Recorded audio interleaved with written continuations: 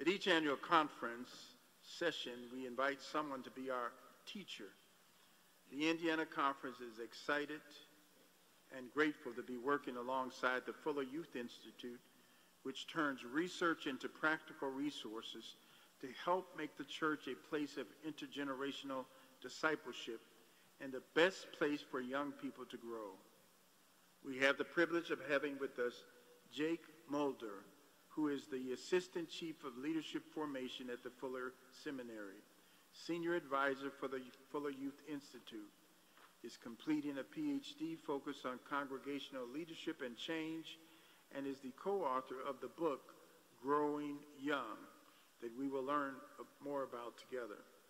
Jake has worked in a variety of ministry and professional roles, including as a financial analyst, youth pastor, ministry director with Youth for Christ, missionary with Youth with a Mission in Europe and Asia. He lives in Grand Rapids, Michigan with wife Lauren and sons Will and Theodore. We are looking forward to learning from Jake over the next few days. Will you welcome him as he comes to the podium?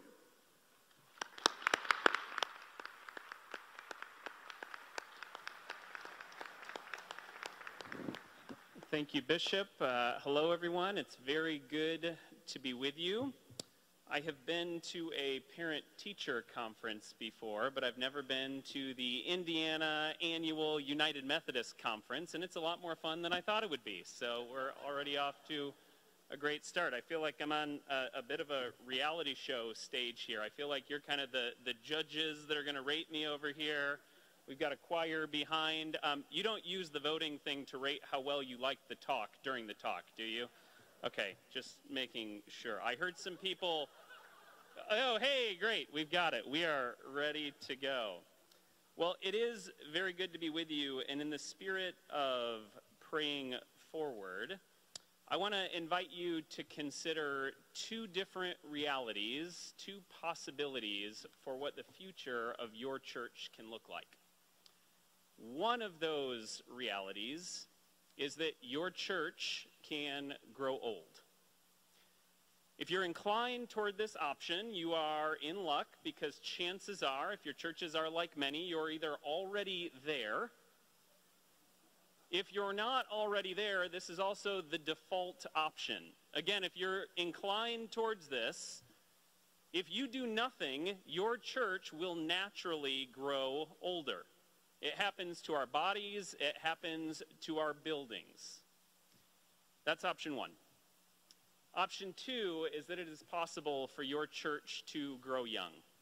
That it's possible for your church to become more and more the sort of church that young people will discover and love. This option takes a bit more effort, it takes a bit more intentionality, but I'm here to share with you tonight and then tomorrow that if you're inclined towards this option, it doesn't mean that you have to leave behind everything that you love and your identity. It doesn't mean that you have to leave behind an older generation, but it's in fact possible to be a church for all generations, and we'll move in that direction. The question that's on the screen that I want to leave in front of you for a moment is, when you consider the future of your church, the direction that your church is headed, I want you to think through where it is headed in its natural trajectory, and if that is the direction that you want it to go. Now, when I consider what God wants for all of our churches and for all generations, young and old, it is that we experience the full and abundant life that Jesus invites us into here in John 10:10. The unfortunate reality, however, is that for the majority of young people in our country, that is not their experience of church or often of faith communities. We're a research organization, so I'm going to put some numbers in front of you for a minute. This first one is that of young people who grow up in the church today, research shows us that 1 out of every 2 growing up in the church will end up drifting from God or the church after high school. Another number to put in front of you, the religious nuns. Now, I recognize I'm with Methodists, not Catholics. We're not talking about that type of nun. It's a different type of nun, if you're paying attention to the slide. These types of nones are those who identify as atheist, agnostic, or they don't believe anything in particular. If you were to look at that number 10 years ago, religious nuns represented about 16% of adults in the United States. Fast forward to today, that number is closer to about 26%. If we look at millennials, about 1/3 of millennials today would identify as a religious nun. Perhaps you've seen some of these sky is falling headlines that have things, it reads that U.S. Christians are projected to fall below 50% of the population if recent trends continue. Now, I haven't been invited here to depress you and share bad news. I've actually been invited to share hope and possibility. So we're a research organization, and as researchers, we saw so much of the bad news and the doom and the gloom about the future of the church. And so several years ago, we decided to step back and say, well, what if that's not the whole story? What if it's not all doom and gloom? What if it's not all bad news? What if there are actually churches that young people love to be a part of? What might we be able to learn from those churches? What if the Holy Spirit is still active today? What if we do in fact believe in a God of resurrection who is making things new? What might we be able to learn from those congregations? And so we set out on a 4-year research project. We studied 250 churches in the United States. In studying those 250 churches, we conducted about 1,300 interviews.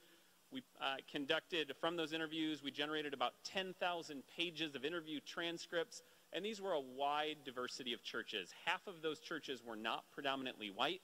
These were small churches, big churches from all parts of the United States. They even included United Methodist churches. We came to describe them, that one got humor. I'm not quite sure always where the humor is coming from, but this is good. Again, more fun than I thought it would be. We came to describe these as churches that were growing young. We called them churches that were growing young because the average church in the United States is aging and it is shrinking. But the churches that we studied were churches that were growing when it comes to involving and retaining young people. So that's part one. That's the young definition. The 250 churches that we studied had a high percentage of young people. Now, in our study, this was research, so we needed a defined age limit. We went with 15 to 29 years old as young people. I understand in your church, it's possible that anyone under 60 may qualify as a younger person. We're talking about growing younger than we are right now, but I want to be true to our research method.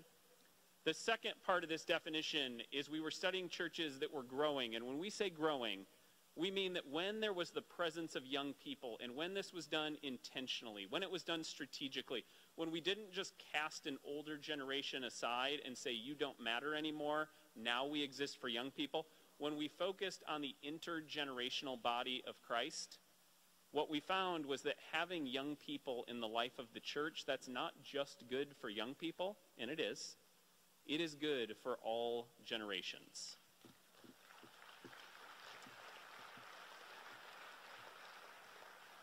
And what we found is when you pursue ministry in this intergenerational approach, again, it brings life, passion, and vitality to the whole congregation. Our churches need an older generation, we need a younger generation, and everyone in between. Take the applause. So as we got into our research, one of the first things that we did was to pay attention to what are those things your church does not need to grow young. And there's a long list. I'll share a few of them with you here. You don't have to be a megachurch. You don't have to be located in the Bible Belt. You don't have to be a brand new church plant. You don't have to become non-denominational. You don't have to begin wearing skinny jeans, have a laser light show, smoke machine, all of those things that you swore we never wanted our church to go in this direction.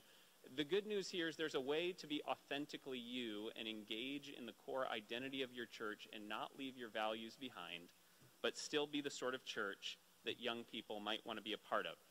If you're not sure about that, I will offer you some proof. Anybody know what this is a picture of? Yeah, downtown Indianapolis. This is St. John the Evangelist, a Roman Catholic church in downtown Indianapolis. We ended up studying this congregation as part of our research, and as we learned more about their story, we heard that in the late 90s and early 2000s, they had shrunk so much that they had considered closing their doors. Thankfully, they decided not to do so, because by the time that we studied them, and this was a handful of years ago, they were a congregation of about 1,500 people, 1,000 of whom were college students and young adults. We found out about them because we had been in touch with the Roman Catholic Church in the United States, and they had identified this as one of their most vibrant parishes in the United States. And when we began to talk to this church and we looked at how did they go about the sort of transformation to go from almost closing their doors to engaging life and vitality, they did not do the things that the church growth experts told them to do. They didn't do the things that they saw happening at larger church conferences. They decided to lean into their values and the direction that they felt like the Holy Spirit was guiding them.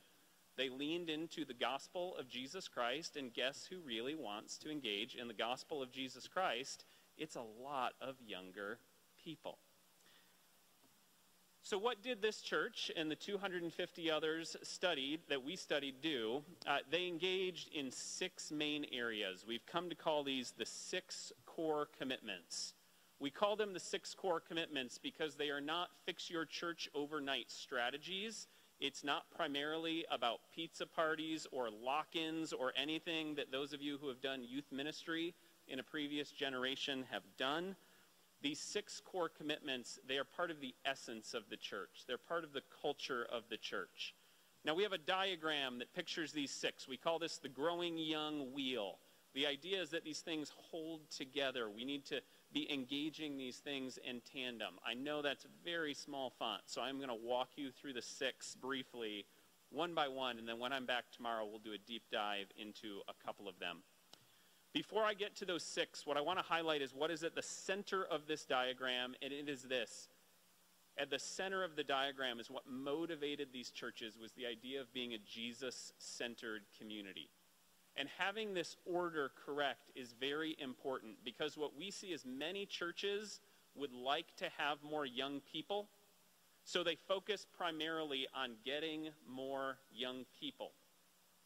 There's a lot of things that you can do to try and attract younger people that may not move you to more of a gospel-based, biblically based, healthy congregation. Here's the good news. If you start with being a Jesus-centered community, and your question is, what does it look like for us to reflect and live the life and ministry of Jesus in our community today? Here's the good news. You get young people in your church out of that, and you also become the sort of congregation that is the sort of congregation that you are meant to be and that you are meant to become. Let me move into those 6 core commitments very briefly.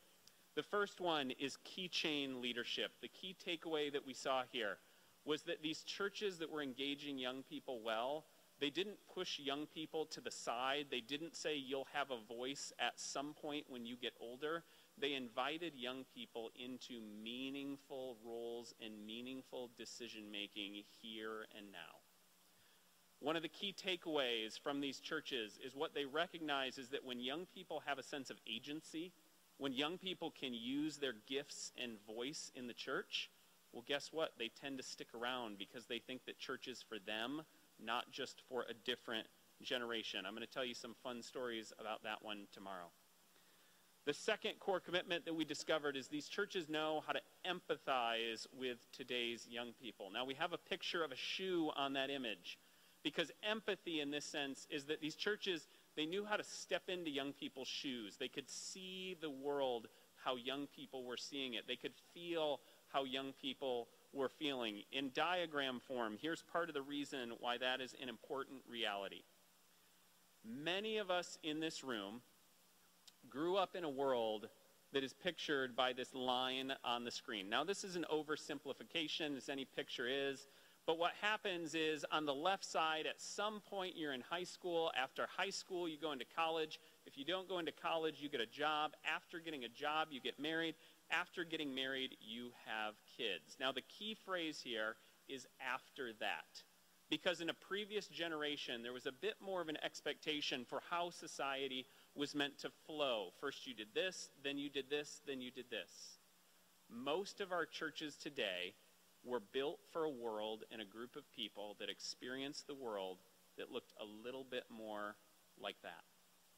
Pay attention to the animation on the screen, because the world for today's young people that they are growing up in looks a little bit more like this.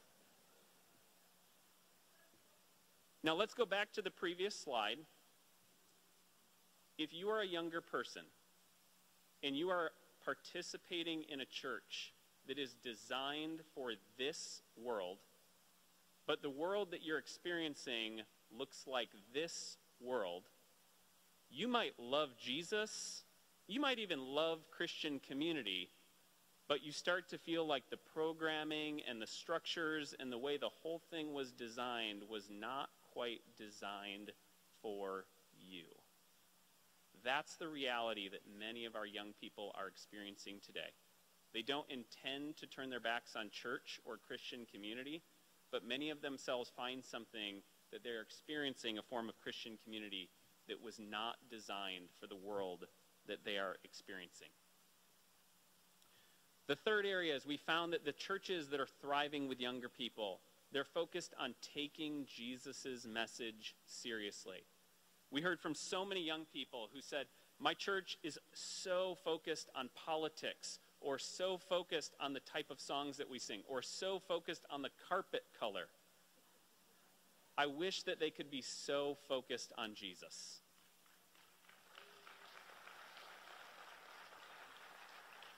And part of the invitation here is the more your church will focus on Jesus, the more it will become the sort of church that young people want to be a part of.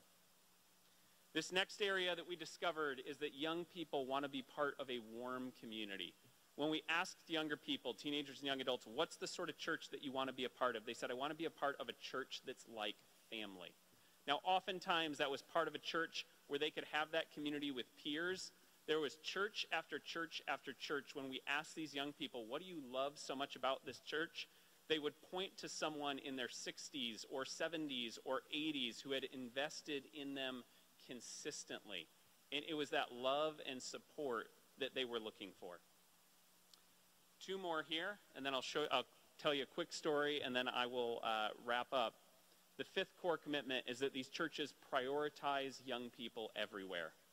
Now, my guess is that your church makes young people a priority, but many of our churches do it over there.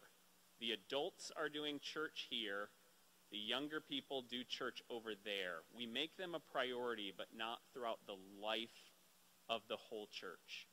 The moment that we put young people over there, we sever the connection of how we can actually socialize young people into faith. I'll talk more about that one tomorrow. The sixth core commitment that I want to mention is that the churches we studied know how to be the best neighbors in their community. A lot of young people said, the churches in my community, they're known for the things that they're against. I want to be a part of a church that's known for the things that it is for, the things that it is in support of. Now, these are the 6 growing young core commitments. I think they're worth paying attention to because they emerge from good research. I think they're more worth paying attention to because as you start to look at biblical models of what the church looked like, we think the church in the book of Acts starts to sound a lot like what we're talking about in Growing Young. That doesn't mean that Scripture fits our research methodology. It means that when you talk to thousands of young people today and ask them for the sort of church that they want to be a part of, it seems like God knew what God was up to 2,000 years ago when God designed what the church was supposed to look like. My closing thought, then I'm going to give you that story and I'll wrap it up. Time and time and time again, if you've been leaning in this direction and you say, we've tried to focus on young people, but it just hasn't worked. It just hasn't worked. I wonder if you've been focusing on changing your youth ministry or your young adult ministry, but in fact what you need to pay attention to is your church's overall life and culture. Now, I'm going to show you a video in just a second. It's about a 3-4 minute video. It's of a real church in the United States that we studied. You're going to meet a young woman named Natalie. I want you to pay attention to Natalie's journey And then once the video's done, I'll make a comment and pass it on.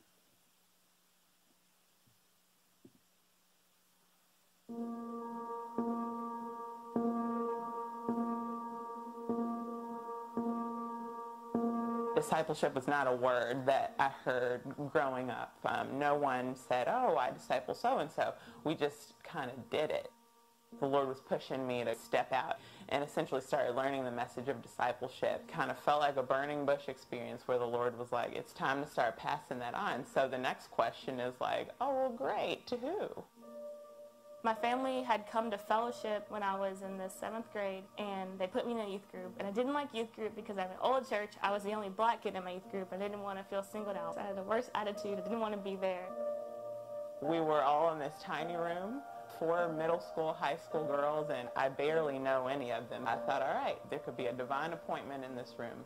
So I'm just going to keep praying, and I'm going to wait. I'm going to let God speak. And I kid you not, there was one in the room who was like, not having anything artificial. And she sat beside me, and I was like, who is this woman? Like, why is she here? Like, she's 20-something, and she keeps talking to us and wants to be like our Sunday school teacher, but it's not even Sunday school. But she, like, had this gentle, like, persistence about her that I didn't notice.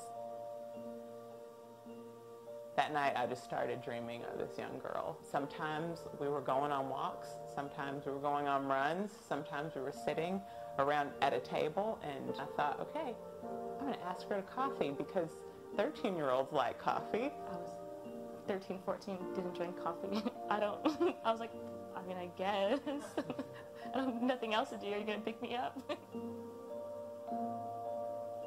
I knew it was an obedient move. I want to have it all together, but Lord, I don't know what's next. I'm sitting at coffee with a 13-year-old. I don't know what to say. It's like, just pursue an honest conversation. Just talk to her. I remember she asked me a question about like someone's relationship in the youth group. I think they're going to break up. And usually if I talk to an adult like that about another adult, the adult would say like, well, you don't know anything. Like, you're just a little girl. Or like, that's rude. How do you know? But she didn't say that to me. She kind of had a conversation with me about what I had just said. And it wasn't a conversation of like correction. It was just a conversation between a person and a person. I mean, when you're 13 and you're in school and you have parents and everyone's older than you and telling you what to do, but then this one person comes into your life and like, here's what you say. Like, I'm really emotional, but that like melted my heart. And I think that gave like she could have said anything to me after that and I would have hurt her. So I mean, she calls me her sister, and we're sisters. People are not projects. We started sitting down and meeting. We were for sure going to see each other on Sundays, but all of a sudden, a project didn't emerge. There wasn't this point where I go, okay, I'm discipling you, and you're my disciple. It expanded what I really think that God meant for discipleship to be. This has been the one thing where I feel that I've been blessed in every way. She's a gift. She's a little sister. It's just meant the world to me. See people as people. Don't come with all the answers and all the help, but have a conversation with someone and taking things slow and looking at people as if they're royalty, because they are. Treat people like people, like they're your friend, and actually mean it in your heart.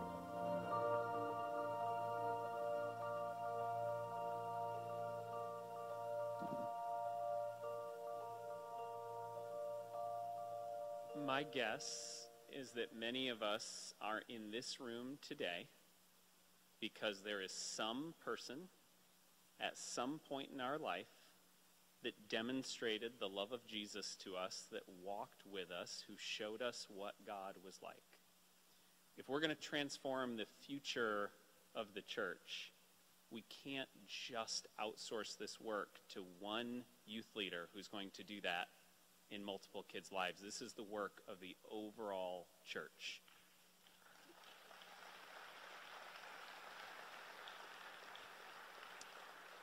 To go back to those two options that I started with, again, the you don't need to do anything else option.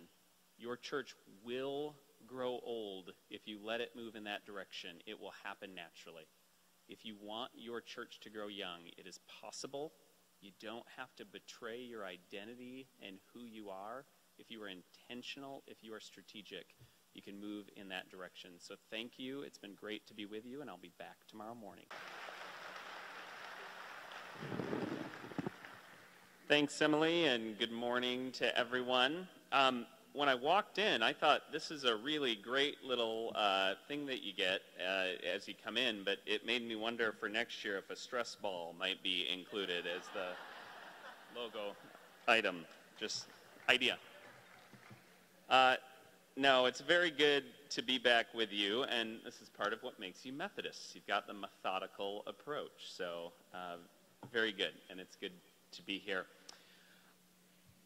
After I finished speaking yesterday, I spent a few minutes talking to someone who I deemed was likely around age 18, and that person said, hey, what you just talked about for the church, that's exactly what people my age need. And I thought, well, great, that's very encouraging.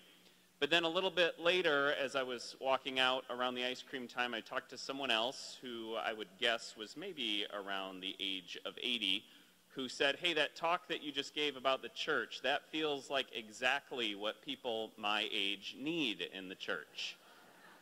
And it felt like, if we're talking that kind of spectrum from ages 18 to 80, we're probably getting somewhere positive in terms of what the church should be and needs to be. So it's very good to be back with you. I'm going to continue this conversation on growing young.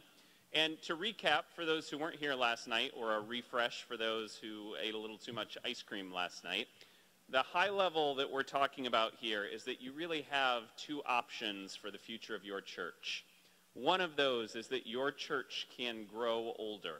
And we said the good news is that if you want to go that direction, that is the easier option. You really don't need any interventions. Your church will automatically and naturally grow older.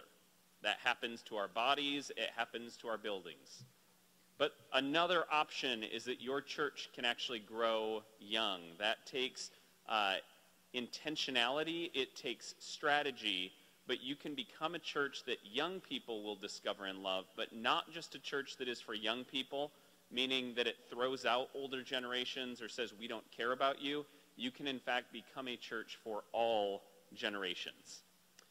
I added to that this direction that growing young, it's not just about changing youth ministry, but it is about changing your overall church culture. And for some of you who would say, well, we've been doing this for years, I feel like we've tried to focus on younger people and it's not working. What's not working? I would wonder if maybe you've been putting your focus on youth ministry or young adult ministry, great things to focus on, but often we need to turn our attention to our overall church culture. It's not about what one person does who's the delegate to the young people. It's about what we do as an overall church and what we do as an overall body. So I invited you to consider what we've learned from our research with 250 churches. And our core takeaway was that there are 6 things that matter most. And in this next diagram, we showed you those 6. This is called the Growing Young Wheel. I won't run through all of those again, but I'm going to do a deep dive into just a couple of them. But of these 6 areas, I want to give you a case study of what these 6 look like when they are put into practice. One of the churches in our research was Volga Christian Reformed Church. It is located in rural Volga, South Dakota. Now, just to prove to you that this isn't a booming metropolis that younger people are flocking to, has anyone vacationed in Volga, South Dakota before? Okay, I see a couple of hands. So Volga really is a one-stoplight town. It is a small community with a small, and at the time, about 2 decades ago, this is a photo that I had taken of the church, a smaller and about 2 decades ago declining congregation, located again in a smaller community. Here's a photo of the inside of the church as it looks today, and today it is a church that is thriving in its ministry with young people. I'm not opposed to the decor and the architecture, but this does not scream teenagers and 20-somethings to me.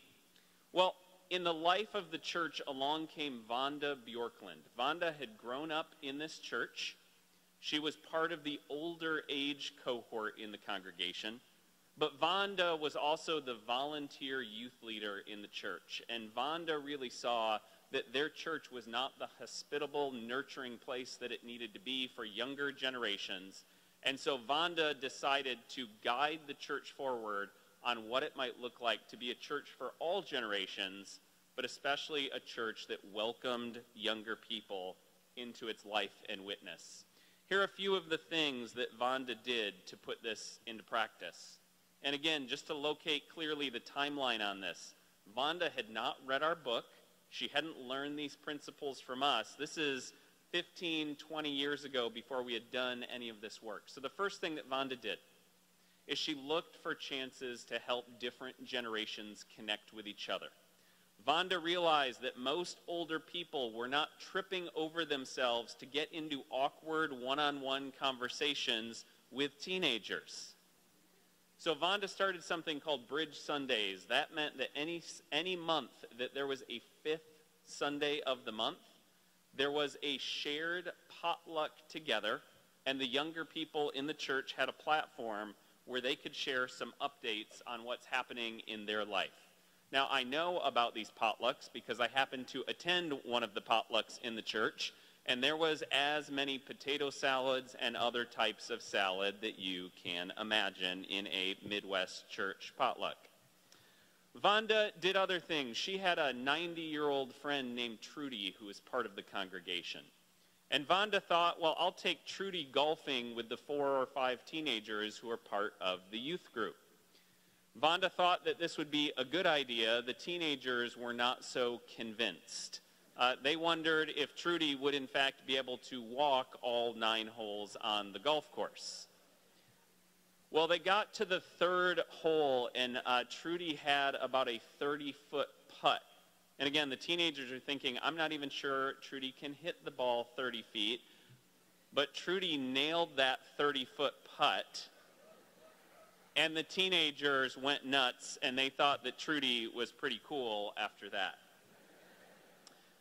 Vonda did a handful of other things. One of those is she recognized that maybe the church building was not the best place to be holding youth group.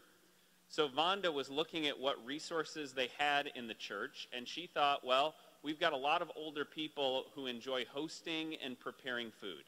So she thought, for the youth group, what if we start holding it in the homes of senior adult members in our church? The senior adults can prepare the meal, and we can all eat together and have just a bit of conversation, and then we'll go ahead and have our conversation and do our youth group activities after that dinner takes place. Vonda focused on teaching the Bible and making sure young people knew the core of what they believed. One other activity that Vonda engaged in is she desperately wanted to help the teenagers start a youth praise band. That was their title at the time. The teenagers, most of them were musical, and they wanted to start this youth praise band. Vonda was told by her friends in the church who were older, Vonda, you will not start a youth praise band, and if you start a youth praise band, you will not be our friend anymore.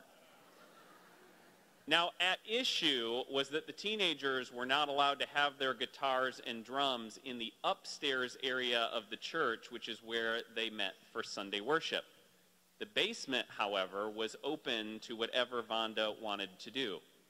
So on one particular Sunday, after worship took place, everyone would normally move to the left side of the screen here, and they would enjoy some fellowship time outside. Well, Vonda took the teenagers in the basement, and they began a praise band rehearsal. When we made our visit to the church a few years ago, some of the senior adults told us that they heard a real racket coming from the basement of the church, and that was the technical term. It was a racket. They went to investigate and realized that it was just Vonda and the teenagers in the basement. They hadn't tried to go upstairs, so everything was okay. It proceeded this way for about 6 months.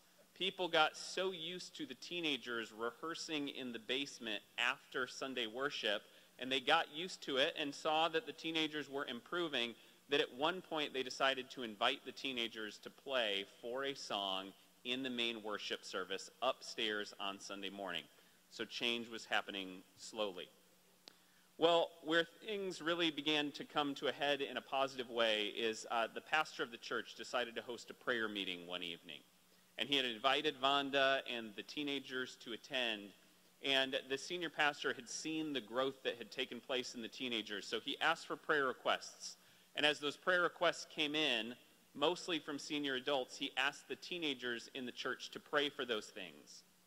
Most of the senior adults were expecting that the teenagers were going to pray very basic and surface level prayers. What they weren't prepared for is when the teenagers began to pray after the discipleship that they had been receiving over many months and a year or two. They began to pray these deep, fervent, passionate prayers for the older members in the congregation. And when we made our visit and we're talking to people, so many people went back to that moment where they felt like their eyes were opened, that they saw that the teenagers weren't just younger members of the church.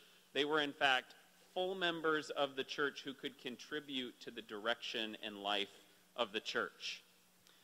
We started to hear comments from the teenagers at that time who, when we got to know them, were in their 20s. They were saying things like, walking through the doors of our church on Sunday morning is the best.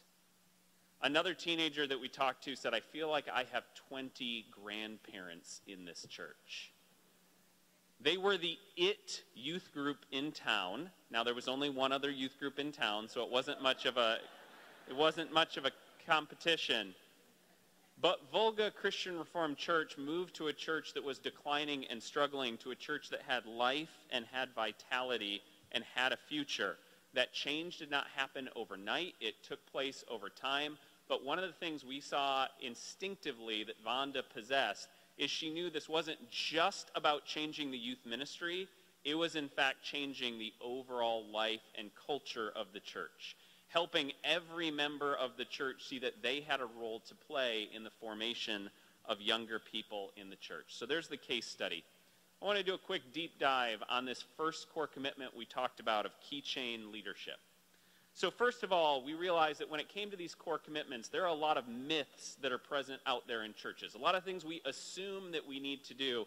And one of those assumptions that is popular among many churches is if we want to get young people, that we have to have a young, hip leader to engage those young people. That might be a young, hip pastor. It might be a young, hip volunteer. Whatever is your stereotype that comes to mind of the ideal youth worker or ideal youth pastor, that's the sort of thing that I'm talking about. In the churches that we studied that were thriving with young people, we came across very few young, hip leaders. Some of you are breathing a sigh of relief. I will not ask for raised hands on that one. I want to introduce you to one of the leaders that we did come across in our study. His name is Stretch. His real name is Stephen, but as long as he's known, his nickname has been Stretch, and that's what he goes by. Stretch is a Nazarene pastor. We ended up at Stretch's church because the Nazarene denomination said this is one of the most effective churches that we see with younger people. In visiting the church, we got to know some of those younger people, and we said, why do you love this church so much? And they said, it is the way that Pastor Stretch leads. And we said, well, we need to understand more about how Pastor Stretch leads. So we sat down in his office as part of the research for the book, and we said, Pastor Stretch, can you tell us about how you lead? And he said, to tell you that story, I need to rewind several decades to when I turned 16 years old. And he said, when I turned 16, I got my driver's license, and my parents handed me the keys to the family car and said, here you go, you can take it wherever you want to go. He pulls out of his driveway, turns on the road. He's trying to figure out where to go. He thinks, well, I love being at church. I'm going to drive over to church. His family had been engaged for many years. He pulls into the church, and he sees that the child care, the church had an after-school child care, was wrapping up for the day. The child care coordinator, who had known Stretch for years, came over and said, Stretch, I see you have your car. Would you want to start helping us out with the child care after school? And he thought, well, yeah, I love being at church. I love hanging out with kids. That sounds great. And she said, okay, well, let me go inside. I'll come back out. I need to give you something. She goes in. She comes back out. She puts a key in his hand. And she says, Stretch, this is a key to the church. Now, Stretch told us he didn't really hear a word she said after that because he's thinking, my pastor has this key. My Sunday school teacher has this key. People in my church with power and authority, they're the ones who have this key. But she went on to say, well, Stretch, there's times we're going to need you to get things out of the closet. There's times we'll need you to lock up. Here you go. This is your key to the church. Now, real quick pause. Moral of the story is not give every teenager full keys and access to the church, right? We need to adjust for time and place and safety, all of those things. But, okay, this is Stretch's story. The next day, Stretch is at the church. He's helping out with the child care. The youth leader in the church comes to him and says, Stretch, I see that you're already helping out with the child care. I could use someone to stock the soda machine. Do you want to do it? By the way, it comes with all the free Mountain Dew that you can drink. Easy yes for Stretch. He says yes to that. Now, at this point, Stretch has keys to the car, keys to the church, keys to the soda machine. He's feeling a sense of authority. Later that night, he ends up in the church gym with some friends and adults playing basketball. At one point, he ends up in the gym by himself. Now, Stretch is Nazarene. You can interpret this the way that you will. He said he heard the voice of God speaking to him. It was not an audible voice, but he knew it was God speaking nonetheless. And God said, Stretch, I want you to get comfortable in this church because you're going to be spending a lot of time here in the future. And what Stretch said is from that moment, there was adult after adult who came to him in the church, who walked with him, who empowered and entrusted him with a set of keys in the church. And he said, so I went through my 20s and my 30s and my 40s with adults who were looking around for things that I could take on and ways that I can be involved. And he said, so the only way that I know how to lead is I am always looking for a younger person who's ready to take on their own set of keys, and I'm asking how do we empower them and how do we give them authority to lead in the church? Well, what Stretch knew by instinct is that what keeps young people engaged and passionate about the church is when they have a sense of authority, autonomy, and an ability to contribute. Now, let me give you some practical tips if you want to practice keychain leadership on your own in your church. You don't need a formal position of authority, though it's not bad if you have one. The first idea is this: identify who in your church might be ready to take on a key. Think about who is someone who can take on an area of authority or responsibility and look for the opportunity to empower and train them in that authority or responsibility. The second is this: to empower young leaders to envision new doors with new keys. What if they don't want to open the same door that's been opened in the same way at the same time over a number of years? Are we actually willing to invest in young people and help them get a set of keys to a new door? The challenge is that might mean no more business as usual. If young people start to come with ideas, it might challenge the way that we have always done things. To which I would say yes, and you were probably that young person at one point, at some point too, and you have the opportunity to invite a young person to use their God-given gifts in the future of the church. That's a taste of keychain leadership. I heard this question a lot last night. Thankfully, I already had a slide prepared for it. Your conference is on it. I had to have these slides in about 3 weeks ago, so this was in the slide deck. What if you have no young people in your church? Which of those core commitments might you start with? I would very much encourage you, and this lines up with the video you saw last night, start with this idea of being the best neighbor in your community. What our research reveals is when we look at Jesus, someone asked Jesus, because Jesus used a lot of neighbor language and told people to love their neighbor, and someone went to Jesus and said, well, who's my neighbor? And Jesus didn't say it's that person who looks like you, who thinks like you, who's easy to love. Jesus says it is that person who is different than you, who you don't understand, who you don't want to trust. That sort of person is your neighbor. I think we would do well to follow Jesus' example where we're planted in our communities to ask, well, who is in our community? Who might need our support? Who might need our investment? And how might we do so? We found that churches moving from asking the question, how do I become the best church in my community? That's one question. But how do I become the best church for my community? And the idea was given last night, and I would very much line up with this. If you have no young people in your church, look for a local school that you can adopt, that you can tutor, that you can support. Look for ways that you can get engaged in your community.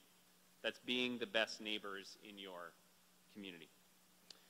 What I want to wrap up with before I leave you, as this is my last time with this group, is what does it actually look like to begin to change the culture of our church? What if we want to move in that direction? I'm going to give you 3 bits of advice. Just 3. The first one is this. One of my colleagues at Fuller Seminary, Scott Cormode, a leadership professor, says that leadership begins with listening. Okay, leadership begins with listening. Many of us may think that leadership is primarily about telling other people what to do, and that's why we became a leader. Leadership in this regard, I would encourage you to spend as much time as you can listening to and understanding the perspective of young people before you go and try and solve their problems for them. The second bit of advice, we see time and time again in this regard that people support what they help to create. People support what they help to create. As you think about moving forward in your ministry with young people, I would encourage you to include younger people in the design of whatever it is that you're going to do. I would also encourage you, before you make significant changes that will shift things for the older people in your church, to involve a couple of the older people in making those changes. Time and time again, the changes that last are when we're actually involving people in the design of those changes. The third piece of advice that I would give you is to not feel like you have to have everything figured out at once, start a new program that will be the new program for the next 5 to 10 years, but to look for safe places that you can experiment and that you can try things.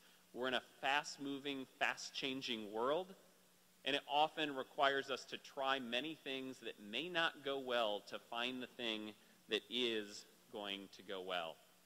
Now, if you find yourself saying, well, this feels overwhelming, I wish our conference would give us some more support in this, the good news is later today, you're going to get to hear from Amy. I don't know where Amy came from. Maybe you'll hear from Amy too, but Emily from Leadership Development, who's going to talk to you about something called a Growing Young cohort that your conference is providing that can help you walk through a journey and a process to move through these changes in a way that doesn't offend or isolate everyone, but actually helps you move forward in the right sort of ways that you need to. I have to say, I truly believe that the best days of your church, the best days of this broader church and the United Methodist Church can actually be ahead of you, not just behind you. I think young people need the gospel. They need the church more than they have ever needed the church. So as you continue with your voting and your praying and things that you do, I would encourage you to think about it as if the future of young people, our country, our world depends on it, because I truly believe our world needs Jesus now more than we ever have. So thank you for your time and thank you for your work.